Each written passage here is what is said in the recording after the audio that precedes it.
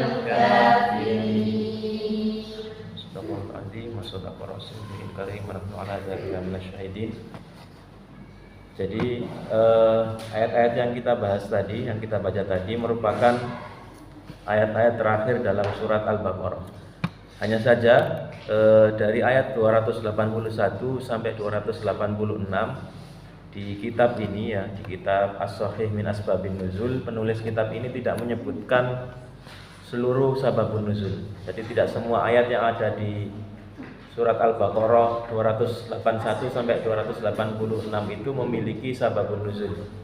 Hanya ada dua yang disebutkan ya, yaitu ayat 281 dan 284. Tetapi di surat 84 ya, ayat 284 ini disebutkan di sini mengenai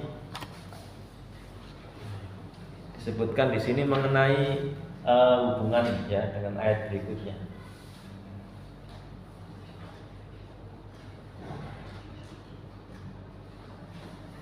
Ya, jadi di 284 di sini disebutkan hubungan ayat ini dengan ayat berikutnya. Kita mulai dari 281. Beliau menyebutkan di sini temanya adalah akhiru ma nuzila minal Qur'an. Apa artinya akhiru ma nuzila? Ya, akhir Quran. Maksudnya gimana akhir Quran? Nuzila itu apa artinya? Ya, jadi ayat Al-Quran atau ayat terakhir yang diturunkan dari Al-Quran. Nah, ini menarik ya. Jadi surat Al-Baqarah itu kan surat ke berapa? Ya, kedua. Sementara surat Al-Alaq itu ada di juz 30.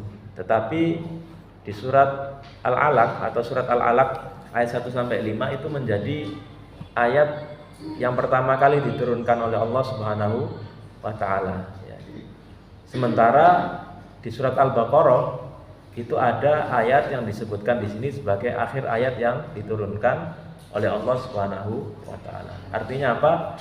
Artinya susunan Al-Qur'an yang ada di mushaf yang kita pakai saat ini itu tidak berdasarkan urutan turunnya ya. Susunannya itu tidak berdasarkan urutan turun. Jadi Al-Quran itu memang mukjizat ya.